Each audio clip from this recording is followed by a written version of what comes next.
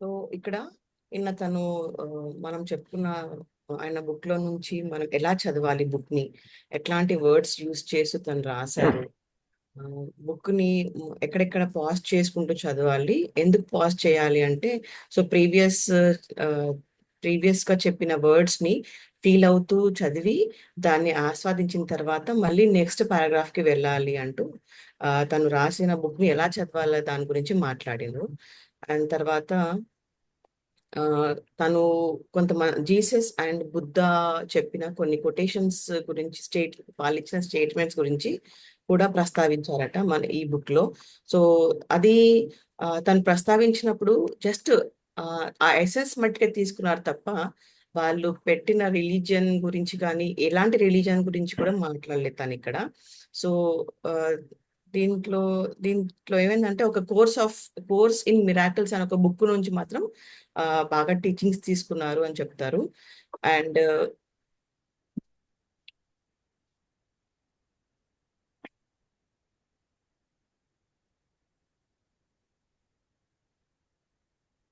Okay, so ముందు చెప్పిన statements ఎవరైతే మన గురువులు కానీ ముందు ఉన్న ఆ, ఆ, ఏమంటే స్పిరిచువల్ టీచర్స్ కానీ ఎవరైతే కొన్ని స్టేట్మెంట్స్ చెప్పారో, లైక్ ఇలా ఉండాలి, లైఫ్ అంటే ఇది, ఎన్లైట్మెంట్ అంటే ఇది అని, ఇవన్నీ సేమ్ థింగ్సే.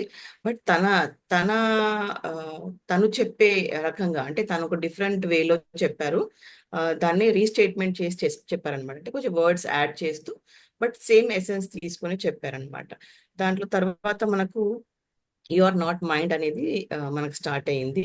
ఎక్కడైతే మన మైండ్ కాదు అని, అంటే మనము నార్మల్ గా మైండ్ అంటే ఒక విషయాన్ని చూడగానే దాని గురించి మనము కంపారిజన్ కానీ ఆ ఉమ్, ఏమంటారు, ఇంకోటి ఏంటి, కంప్లైంట్స్ కానీ చేస్తూ ఉంటాము. అట్లా మన మైండ్ వెళ్తూ ఉంటుంది. బట్ అసలు మీరు మైండ్ కాదు అని మనకు చెప్పారనమాట. అండ్ ఈ ఎన్లైట్మెంట్ అంటే ఏంటి, అసలు ఎన్లైట్మెంట్ అంటే ఏంటి, దాని మనము మనం కల్పించే అడ్డంకులు ఏంటి. ఎన్లైట్మెంట్ అంటే మనకు ఒక జాగృతి, లేకపోతే దాన్ని ఏమంటారు, జ్ఞానోదయం. ఈ జ్ఞానోదయానికి కావలసినది ఏంటి, దానికి మనం ఆ, మనం చేసే అడ్డుకట్టలు ఏంటి అని దాని గురించి మాట్లాడుతున్నారు. దాంట్లో ఒక ఎగ్జాంపుల్ చెప్తూ ఒక బెగ్గర్ గురించి ఒక స్టోరీ చెప్తాడు అనమాట. ఒక బెగ్గరు తను ఆ తెలియకుండానే తను రోజు కూర్చునే ప్లేస్ లో ఒక చిన్న బాక్స్ ఉంటుంది. ఒక చిన్న ఆ, ఏమంటారు, ఒక టేబుల్ లాంటిది, ఒక చిన్న బాక్స్, సరే బాక్స్ పైన కూర్చొని అడుక్కుంటూ ఉంటాడు అనమాట. అయితే ఒకతను స్ట్రేంజర్, ఒక తెలియని వ్యక్తి పక్కన వెళ్తూ ఉంటే డబ్బులు అడుగుతాడు అనమాట, చిల్లర ఉంటే వేసేయండి అని.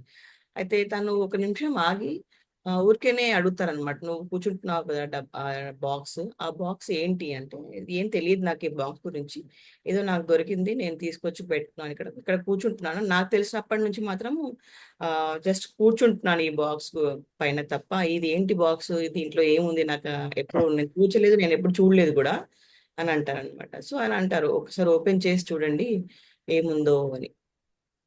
సో ఓపెన్ చేసి చూసేసరికి దాంట్లో తను అసలు అనుకోకుండా తను ఆశ్చర్యపోయే విధంగా దాంట్లో గోల్డ్ ఉంటుంది అనమాట. సో ఇది ఇక దీని గురించి ఇంకా ఏం చెప్తారో చూద్దాము. తెలియకుండా తను ఇన్ని రోజులు కూర్చునే దాంట్లో జస్ట్ చిల్లర పైసల కోసం తను అడుక్కునే ఆ స్థితిలో ఉన్నాడు. బట్ తన దగ్గర ఉన్న ఆ గోల్డ్ ని తను చూడలేకపోయాడు అనమాట. అంటే ఆ, తన మైండ్ ఒక ఒక లిమిటెడ్ పరంగానే ఉంచుకున్నాడు అనమాట. ఇంకా దాని మించి తను ఆలోచించలేకపోయాడు అనమాట. తో ఆయన దగ్గర ఉండి ఒక కొన్ని సంవత్సరాల పాటు అయ్యింది. Sir,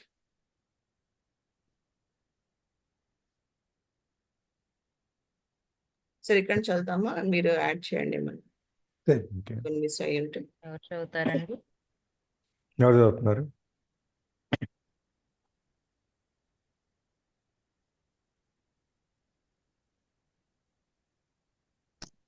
I am the stranger who has nothing to give you and who is telling you to look inside, not inside any box, as in the parable, but somewhere even closer inside yourself.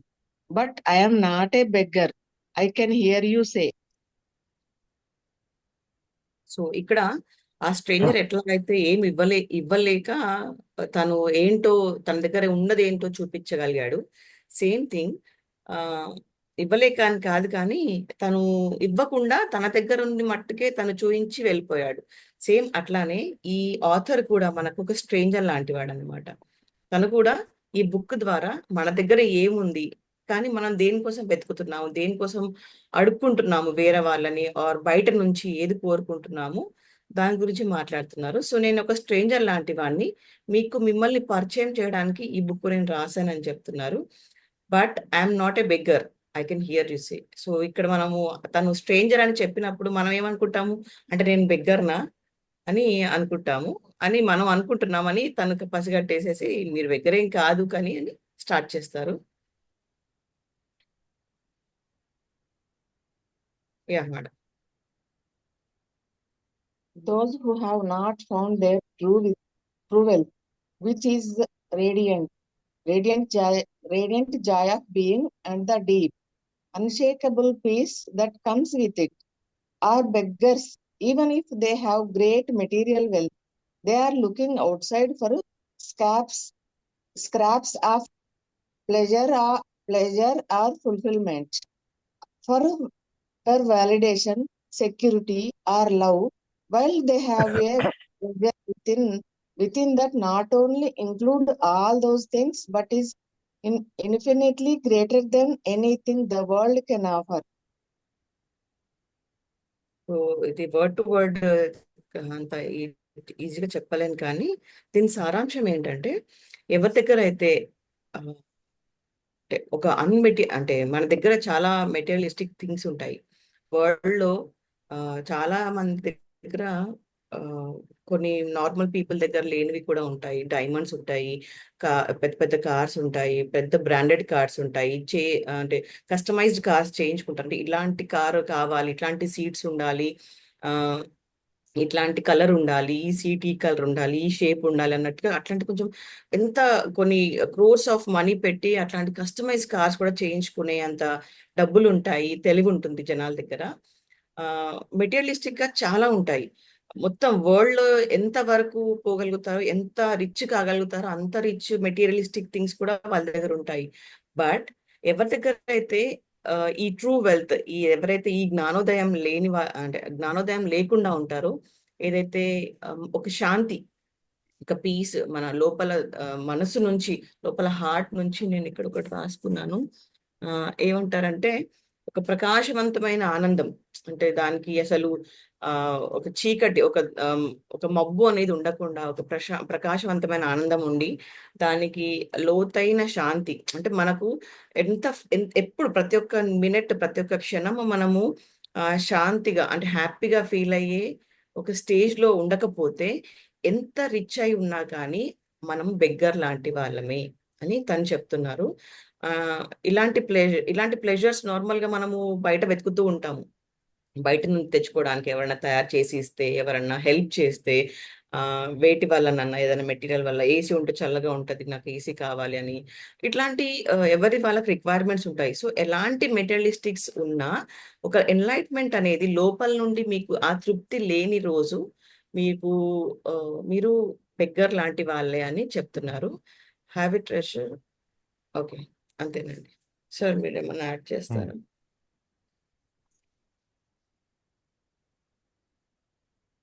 వివేకానందుడిది ఒక చిన్న saying. ఒక ఆయన వివేకానందుని అడిగాడట, meditation వల్ల మీరేం పొందారు అని. అంటే నేను ఏం పొందారు అంటే, నేను పొందలేదు, నేను చాలా పోగొట్టుకున్నాను అన్న. కోపం పోయింది, ఆవేశం పోయింది, ఇంకా ఈ భౌతికమైన వాటి మీద వాంఛలు, కోరికలు పోయినాయి, ఈ బంధాల్లో అన్నీ పోయినాయి. ఈ విధంగా ఒక్కొక్కటి ఆయన ఏమేమి పోయినాయో అని చెప్పుకుంటూ వచ్చాడు. ఏమి పొందాము, ఏమి పోయినాయి, తేడా అది. మామూలు వాళ్ళందరికీ మనం ఏం పోయింది అంటే, ఏం పొందాము అంటే, నాకు ప్రశాంతంగా ఉంది, నేను మెడిటేషన్లో కూర్చున్నాను, నాకు అంత మనసు అంత సంతోషంగా ఉంది అని చెప్తాను. ఆయన అలా చెప్పలేదు. ఆయన ఏం పోగొట్టుకున్నాడో చెప్పాడు. ఇవన్నీ ఎక్సెస్ అంతా పోయింది, ఈ పైన ఉన్నదంతా పోయింది, మలినం అంతా, మాలిన్యం అంతా. సో నేనుగా మిగిలాను ఆఖరికి అని చెప్పాను. భౌతికమైనటువంటి సంతోషాలు, సుఖాలు, ఆనందాలు కోసం మనం వెంపర్లాడి దానికోసం పరిగెట్టి నీ లోపలున్న సంపద, వెల్త్ ఏదైతే ఉందో దాన్ని నువ్వు కనుక్కోలేకపోతే, దాని నుంచి నువ్వు ఏసి సాధించలేకపోతే నువ్వు కూడా అడుక్కునేవాడితో సమానమే. నువ్వు ఎప్పుడైతే నీ లోపల నువ్వు చూసుకుని నీ అంతరంగాన్ని నువ్వు చూసుకుని నువ్వు దాన్ని గుర్తించి దాన్ని చేయగలుగుతావో అప్పుడే నీకు ఇప్పుడు ఈ భౌతికమైన ఆనందము, సంపదలు, సుఖాలు ఇవన్నీ అనుభవిస్తున్నావే అవన్నీ కూడా నువ్వు దాంతో అనుభవించవచ్చు అన్నమాట. నీ లోపల ఉన్న ఆ సంపదని కనుక నువ్వు ఆ పెట్టెను ఓపెన్ చేస్తే ఆ పెట్టెలో నుంచి నీకు ఈ ఆనందము, సంతోషము ఏదైతే ఉందో అవన్నీ కూడా నీకు దొరుకుతాయి. కాబట్టి మనం అంటే మన బెగ్గర్సా కాదా, ఇప్పుడు ఆ పైన ఎగ్జాంపుల్ చెప్పింది నీలో ఉన్న ఆ ట్రెజర్ ఏదైతే ఆ భూషణం, డబ్బులున్న భూషణం ఉందో దాన్ని తెరవండి, ఆ భండాగారాన్ని, డబ్బులున్న భండాగారాన్ని తెరవండి అని చెప్తున్నాడు.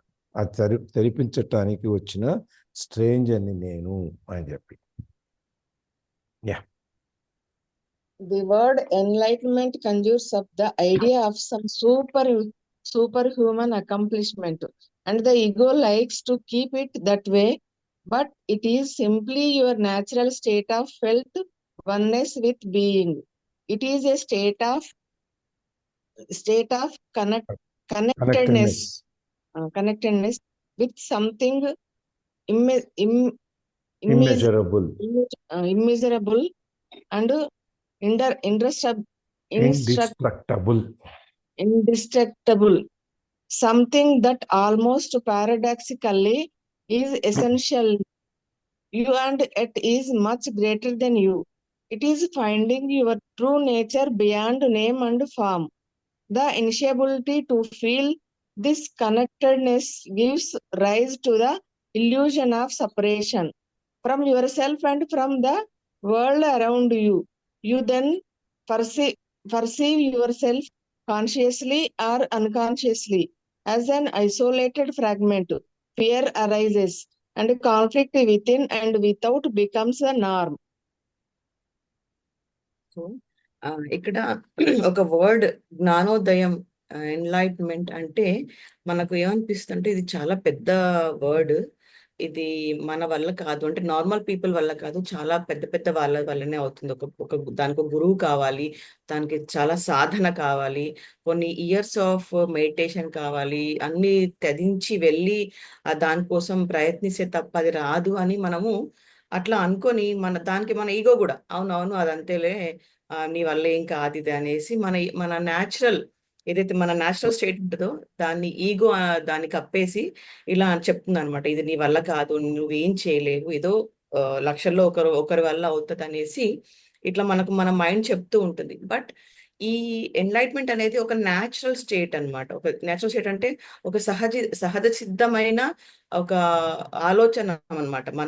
మనం చిన్నప్పుడు ఎంత బాగుంటాము, ఎలాంటి హరిబరి లేకుండా, రేపు పొద్దున ఎట్లా అవుతుందని వరి లేకుండా, అంతకు ముందు ప్రీవియస్ సేమ్ రిగ్రెట్స్ లేకుండా ఎలాంటి మంచి లైఫ్ లీడ్ చేస్తాము చిన్నప్పుడు, టెన్షన్స్ లేకుండా, అట్లాంటి ఒక సహజ సిద్ధమైన గుణం అన్నమాట, అది ఎన్లైట్మెంట్.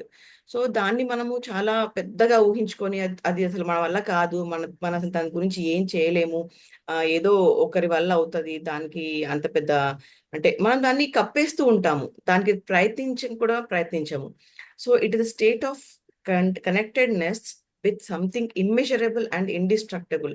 సో ఇది ఎట్లాంటి ఎన్లైట్మెంట్ అంటే, ఎట్లాంటి జ్ఞానోదయం అంటే, ఇక ప్రపంచంలో ఒకసారి మనకి జ్ఞానోదయం కలిగిందంటే అది అసలు ఒకరితో పోల్చలేనిది. అండ్ అది వచ్చిన తర్వాత దాన్ని ఎవరు కూడా కాల్చలేరు, దాన్ని తీసుకోలేరు. ఏంటండి? Okay. And something that almost paradoxically is essential you and yet is much greater than you. Paradoxically అంటే లైక్ వినడానికి వింతగా ఉంటది, బట్ అది నిజం. అసలు అంటే నమ్మశక్యంగా ఉండలేనిది, బట్ అది నిజం అన్నమాట. ఏదైతే న్యాచురల్ గా ఉంటుందో అది మనం అనుకుంటాము నా వల్ల కాదు, నేను చేయలేను అని. బట్ దానికంటే కూడా గొప్పది అని చెప్తున్నారు. It is finding your true nature beyond name and form. So మన పేరేంటి, మన మన ఉనికి ఏంటి, మన సొసైటీలో మన స్టేటస్ ఏంటి, మన ఏజ్ ఏంటి, మనం ఫీమేలా మేలా, లేకపోతే ఎంత చదువుకున్నాము, ఇదంతా కాదు. ఒక ఎన్లైట్మెంట్ కావడానికి ఇవన్నీ బ్యారియర్స్, అడ్డంకులు అసలే కాదు అని చెప్తున్నారు. The inability to feel this connectedness give rise to. So ఇలాంటిది ఎన్లైట్మెంట్ లేనప్పుడు, ఇలాంటి జ్ఞానోదయం మనం పొందలేనప్పుడు ఏమవుతుందంటే ప్రపంచంలో ఆ, అంటే ఏ ప్రాబ్లం, ఏ ఇష్యూ వచ్చినా, ఏ డిసీజ్ వచ్చినా, ఆ, ఎలాంటి ప్రాబ్లమ్స్ లైక్ మేబీ సొసైటీ వల్ల సోషల్ ప్రాబ్లమ్స్ వచ్చినా కానీ, ఫైనాన్షియల్ ప్రాబ్లమ్స్ వచ్చినా కానీ, ఇప్పుడు మనకి ఎవరు ఆథరే ఒక 2 ఇయర్స్ అసలుకి తనకి జాబ్ లేకుండా, ఫ్యామిలీ లేకుండా, ఫైనాన్షియల్ గా ఆబ్వియస్లీ ఇబ్బంది పడి ఉంటాడు. బట్ స్టిల్ ఆయన ఒక పార్క్ బెంచ్ లో పడుకొని చాలా హాయిగా గడిపాడు అనమాట ఆ 2 ఇయర్స్. అట్లానే అంటే తనకు ఆ ఎన్లైట్మెంట్ దొరికింది కాబట్టి తనకు ఏది లేకున్నా కానీ హ్యాపీగా గడపసాగాడు.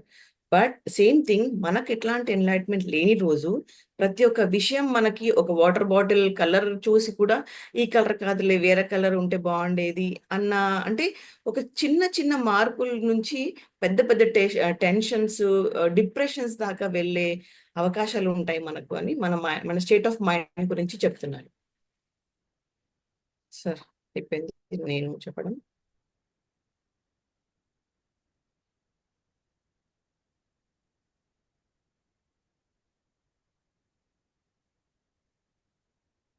సార్ వినిపిస్తుందా? సార్ ఉన్నారా ప్రవీణ? ఉన్నారు కదా.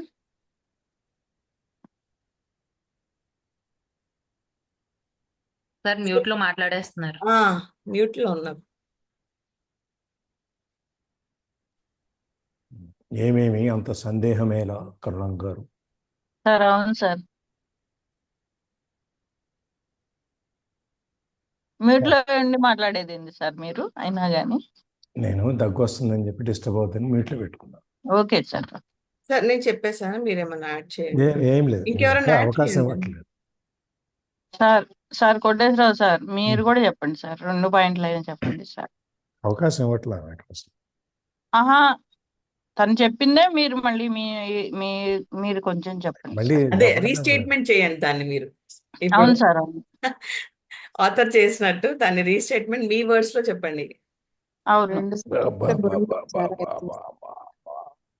మరి బుక్ యూజ్ చేయాలి కదా మన డైలీ లైఫ్ లో. మేము 2 బుక్కులు చదివినట్లు అవుతుంది సార్. అయిపోయింది రా బాబు.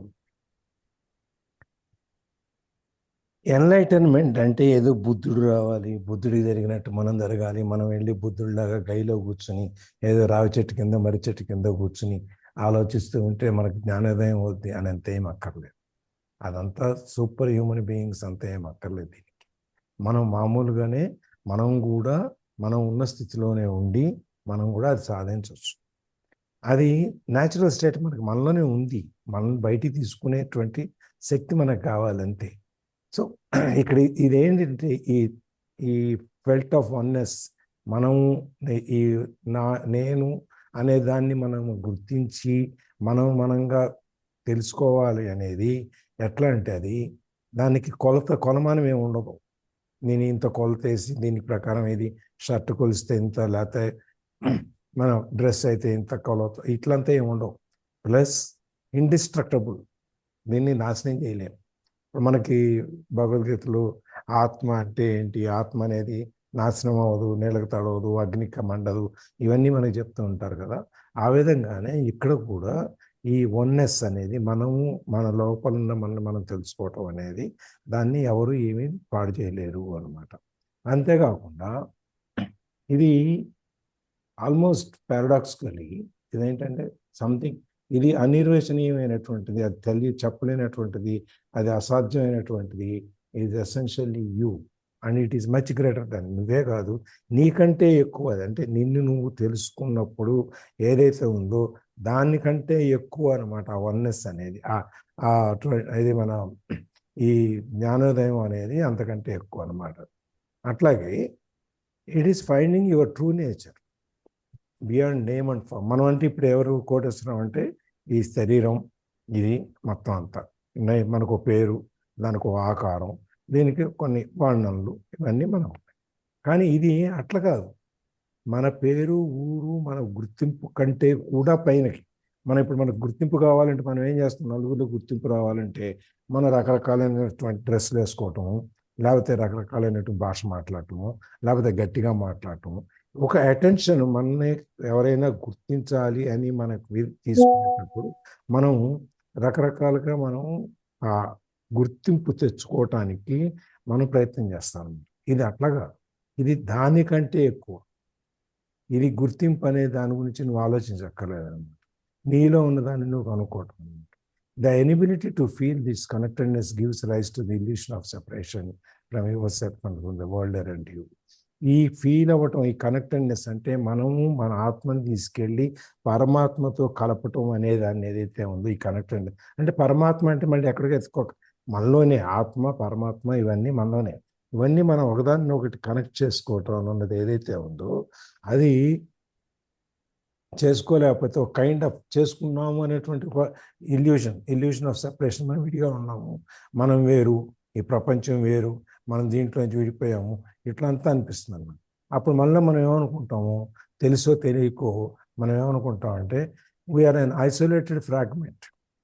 మనం ఈ ప్రపంచంలో నుంచి విడిపోయి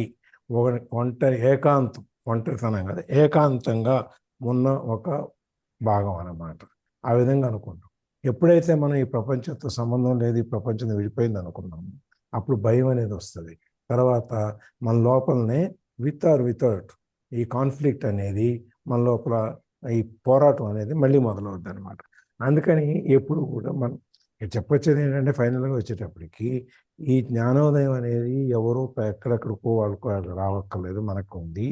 అట్లాగే మన మనస్సులో మనం కలుపుకోవాలి, మనని మనం తెలుసుకోవాలి. ఈ తెలుసుకోలేనప్పుడు మన ప్రపంచం నుంచి అది విడిపోయి మనం ఏదో దూరంగా ఉన్నాము అనేటువంటి భయం కానీ, లేకపోతే మనలో మనకు ఒక కాన్ఫ్లిక్ట్, వ్యతిరేక భావం కానీ రావాల్సిన అవసరం లేదు. మీలో ఉన్న మిమ్మల్ని చూసుకోండి అని చెప్పనమాట. సార్ వన్నెస్ ప్రోగ్రామ్ అని అలా పెడుతుంటారు కదా, అది అంటే వన్నెస్ అంటే అది ఎలా? ఇప్పుడు మీరేమనుకుంటారు? నాకు నేను అనే అనుకుంటుంటాను సార్. మీరు మనోదర, అవును, మీరు ఒక మనిషి, అవును, ఒక శరీరం, అవును. ఒక పేరు, మీకు ఇన్ని రకాల స్వభావాలు ఉన్నాయి మీకు, అవునా? అవును సార్. అలా కాకుండా మనోదర అనే వాళ్ళు ఎవరో తెలియదు, మన సంబంధం లేదు అసలు. ఈ శరీరం మన సంబంధం లేదు, ఏమీ మన సంబంధం లేదు. మనకు తెలిసింది ఒకే ఒకటి, మన ఆత్మని మనం తెలుసుకోవటం. అది తెలుసుకున్నప్పుడు మీ మనోదర అయినా ఒకటే, ఇంకో ధర అయినా ఒకటే, స్త్రీ అయినా ఒకటే, పురుషుడైనా ఒకటే, ఏ సంబంధం ఏ తేడా రాదు. మీరు వన్నెస్, మీలో మీరుగా మీ ఆత్మతో మీరు మనస వాచ కర్మణ అని చెప్తాం కదా మనం. అవును సార్. ఎవరు మాట్లాడండి సార్. సార్ అవును సార్. మనస అంటే మన మనసులో ఏ ఆలోచన అయితే వచ్చిందో దాన్నే వాచకం అంటే చెప్పాలి. ఏదైతే చెప్తున్నామో దాన్నే చెయ్యాలి. మనస వాచ కర్మణ అంటే ఇది. మన మనస్సులో ఏదైతే అనుకుంటున్నామో అదే చెప్పాలి, అదే చేయాలంటే మనస్సు, మాట, చెయ్యి ఈ మూడు ఏకం అవ్వాలి. అవునా? మనం ఏం చేస్తాం? మన మనసు ఒక చోట ఉంటుంది, ఇంట్లో ఏమవుతుందో అక్కడ కుక్కర్ మీద పెట్టొచ్చానని మనం మాట్లాడేది ఏమి ఇక్కడ, ఇది ఎట్లా ఉంటుందండి, ఇదేంటండి ఇక్కడ ఉంటుంది. చేతులేమో పూజ చేస్తూ ఉంటాం, కుక్కర్ ఆఫ్ చేయాలని తిరుగుతుంటుంది. సహజంగా చేస్తూ ఉంటాము. కర్మణ అంటే ఇక్కడేమో ఆ, చేతిలో మనసేమో ఈయన లేచాడా లేదా టిఫిన్ తేయాలని ఉంటుంది. మాట ఏమో సార్ మేము కుక్కర్ క్లాస్ కట్టే వింటున్నాం సార్, క్లాస్ దగ్గర కూర్చున్నాం సార్ అంటాం. కుక్కర్ కట్టేయండి అంటాం ఒక పక్క నుంచి, ఇంకో పక్క నుంచి ఏమో నివేదన చేస్తా ఉంటాం ఇక్కడ దేవుడికి. మనసులోనే ఒకటి, మాటలాడితే ఒకటి, వడలు చేసేది గుణమై ఒకటి, నడకై ఒకటి, ఎట్లు కలుగును ముక్తి ఇట్లుండగ తాను విశ్వదాభిరామ వినరవేము. అది.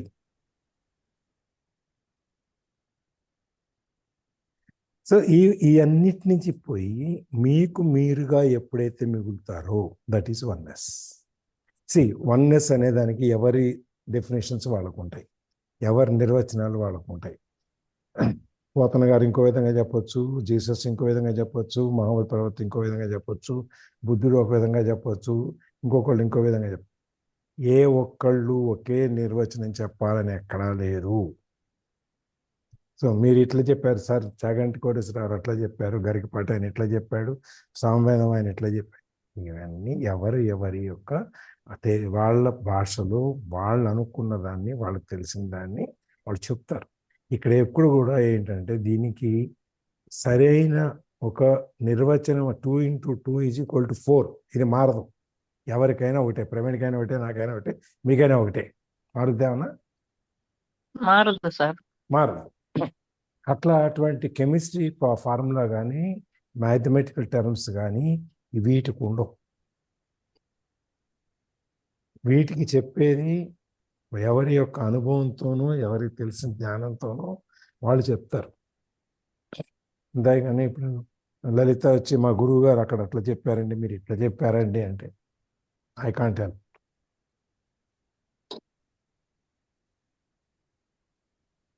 మిమ్మల్ని మీరు గుర్తించండి, మీలో మీరు ఏకం అవ్వండి.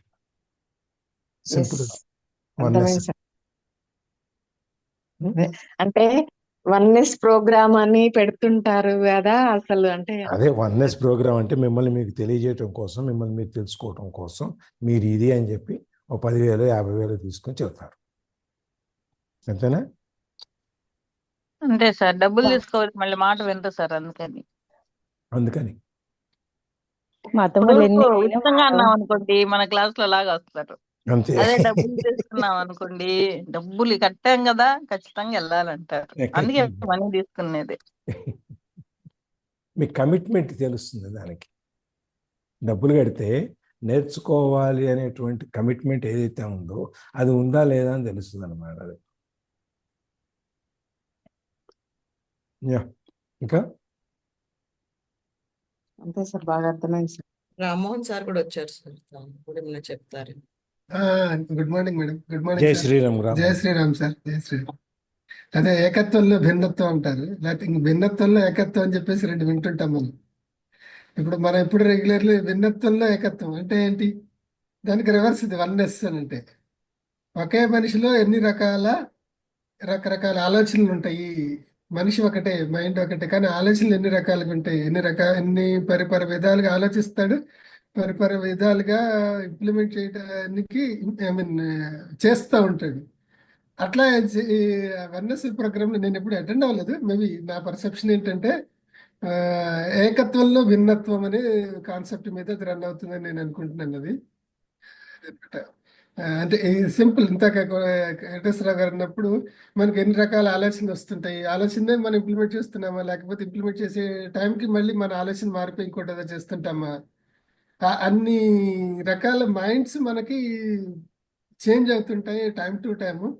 చేంజ్ అవ్వకుండా అలాగా కాన్స్టెంట్గా ఫోకస్గా ఎలాగా చేయాలి, మనల్ని మనం ఎలాగ కంట్రోల్లో ఉంచుకోవాలి, మన ఆలోచనలు మనం ఎలాగ కంట్రోల్ ఉంచుకోవాలి. అది ఎప్పటి వరకు కంట్రోల్ అని అంటే మన మైండ్లోకి వచ్చిన దాన్ని బయటికి చెప్పటమే కాకుండా ఆ చెప్పిన దాన్నే మనం అక్కడ ఇంప్లిమెంట్ చేయటం వరకు అనేది ఆ ఫోకస్ ఉండాలనేది కాన్సెప్ట్ మీద రన్ అవుతుందని నేను అనుకుంటున్నాను. అది ఆ ప్రోగ్రాము.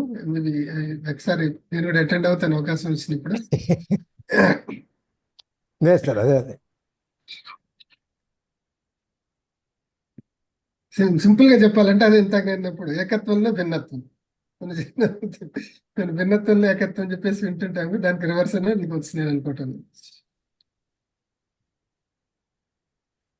రైట్ మేడం, కంటిన్యూ చేయండి మేడం.